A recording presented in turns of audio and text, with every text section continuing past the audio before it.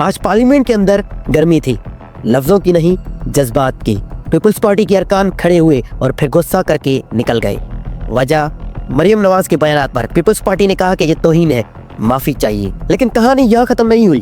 اسد کیسر نے مائک پکڑا اور کہا پیپلز پارٹی والوں کو کہ اگر آپ سنجیدہ ہو، اگر آپ سیریس ہو تو آئیں مل کر نو کانفیڈنس موشن لائیں اور اس حکومت کو گھر بھیج دیں۔ سوچنے والی بات یہ ہے کہ کیا پیپلز پارٹی اور پی ٹی آئی ایک دوسرے کے ساتھ بیٹھیں گے؟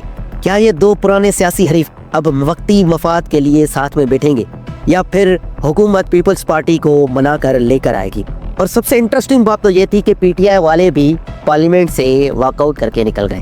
سوال یہ ہے کہ کیا حکومت گرنے جا رہی ہے یا صرف یہ سیاست کا کوئی ایک ڈرامہ جو پردے کے پیچھے کچھ اور ہو رہا ہے؟ اور پھر پریزیڈنٹ زرداری نے محسن نقوی کو کال کر کے کراچی بلایا ہے ملنے کے لیے۔ یہ کیا کہانی ہے؟ اب تک اس کا کچھ پتہ نہیں چلا۔ یہ تو کہانی صرف اسلام آباد کی تھی۔ اب چلیے ذرا دھیان دیتے ہیں دنیا کے سب سے بڑے المیہ کی طرف۔ ایک طرف مصر میں امن مذاکرات جاری ہیں حماس اور اسرائیل کے بیچ میں، جس کی میزبانی امریکہ، مصر اور قطر کر رہے ہیں۔ لیکن دوسری طرف غزہ میں اسرائیلی طیارے اب بھی بمباری کر رہے ہیں۔ اسرائیل کی ہٹ درمی تو دیکھیے، ایک طرف امن کی بات کر رہا ہے تو دوسری طرف قتل عام کر رہا ہے۔ اور جو گلوبل سمود پر اسرائیل نے حملہ کیا تھا، 450 لوگوں کو اریسٹ کیا تھا، اس کے ریئیکشن میں دنیا بھر میں پروٹیسٹ ہوئے۔ اٹلی کی سڑکوں پہ لوگ نکل آئے، یورپ کے بڑے بڑے شہروں میں احتجاج ہوئے، امریکہ سے لیٹن تک پوری ایشیا میں ہر جگہ پروٹیسٹ ہوئے۔ لیکن سوال یہ ہے کہ دنیا کبھی غزہ کے بچوں کو انصاف دے گی؟ کیونکہ طاقتور ہمیشہ کہانی لکھتے ہیں لیکن تاریخ ہمیشہ کمزوروں کے آنسو یاد رکھتی ہے۔